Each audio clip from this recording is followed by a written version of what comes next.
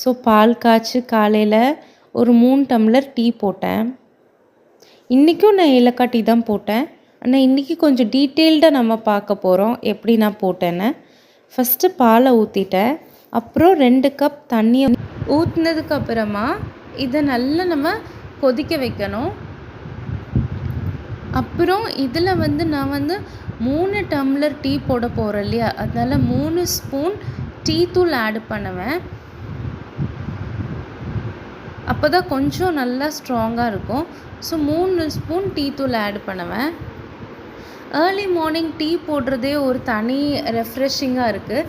Because காலையில் எழுந்திரிச்சி கார்டனை பார்த்துட்டு டீ போடுறது, அப்புறம் கார்டனில் உட்காந்து டீ குடிக்கிறது, இதெல்லாம் ரொம்ப நல்லாயிருக்கு.